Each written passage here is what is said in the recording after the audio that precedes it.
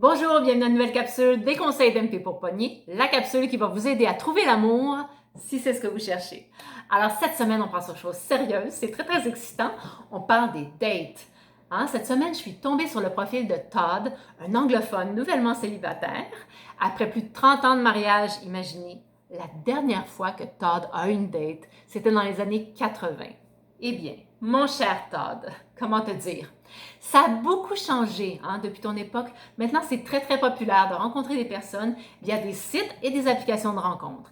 Et si tu veux savoir comment pimper ton profil, je te suggère de regarder mes capsules précédentes et je vais te donner des petits trucs comme par exemple, comment mettre une photo de toi où tu es souriant et où on voit tes yeux, comment écrire un petit texte original pas trop long, comment écrire rapidement à la personne quand tu as eu un match et surtout, fixe un rendez-vous pour rencontrer la personne, attends pas trop longtemps.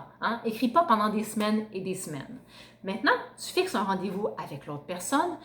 Arrange-toi pour que ça soit une première date pas trop longue, genre formule 5 à 7. Moi, personnellement, après 5 minutes, je peux te dire si je veux, oui ou non, revoir la personne pour une deuxième date. Peut-être que toi, après la première date, tu vas rencontrer quelqu'un avec qui ça va cliquer, puis tu vas envie de la revoir. Mais si tu n'as pas envie de la revoir, là, c'est le moment un peu plate, un peu délicat, où tu dois dire à la personne « merci, mais non merci ». J'ai un truc pour toi et ça fonctionne à tous les coups. Je l'ai essayé vraiment plusieurs fois et j'ai 100% de succès avec cette formule. Je propose toujours mon amitié à la personne et je n'ai plus jamais de ses nouvelles. Voilà. Maintenant, Todd, tu vas me dire, je rencontre une première personne, non, ça marche pas. Une deuxième, une troisième, c'est normal. Ça prend beaucoup de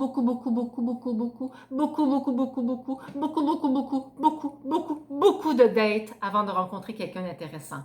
Alors, il faut que tu sois patient, il faut que tu sois persévérant, mais crois-moi, c'est comme chercher une aiguille dans une botte de foin. C'est sur la quantité de dates que tu vas trouver la qualité.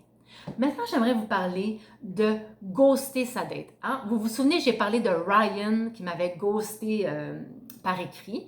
Ghoster, ça c'est disparaître sans plus jamais donner de nouvelles, pour ceux qui ne savent pas. Donc, se faire ghoster pour une date, ça veut dire que vous avez rendez-vous avec quelqu'un, par exemple à 5 heures au Parc La Fontaine, et que là, il est 5h15, 5h20. La personne ne se pointe pas, alors vous décidez d'écrire pour lui demander qu'est-ce qui se passe, mais elle a bloqué votre numéro de téléphone et elle a supprimé votre profil, imaginez.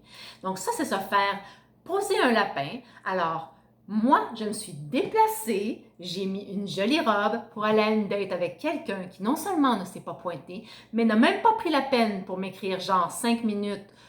Sais-tu quoi, finalement, ça ne fonctionnera pas. Eh bien, je dis non, c'est inacceptable de ghoster quelqu'un quand on a rendez-vous avec cette personne-là.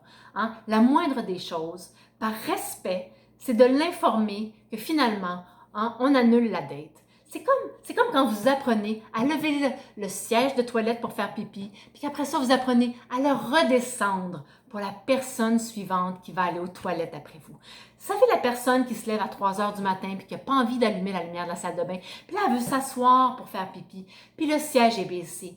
Elle va être tellement contente que le siège soit baissé. Ça va lui faire tellement plaisir. Voyez, c'est de penser à l'autre, de penser à comment l'autre va se sentir.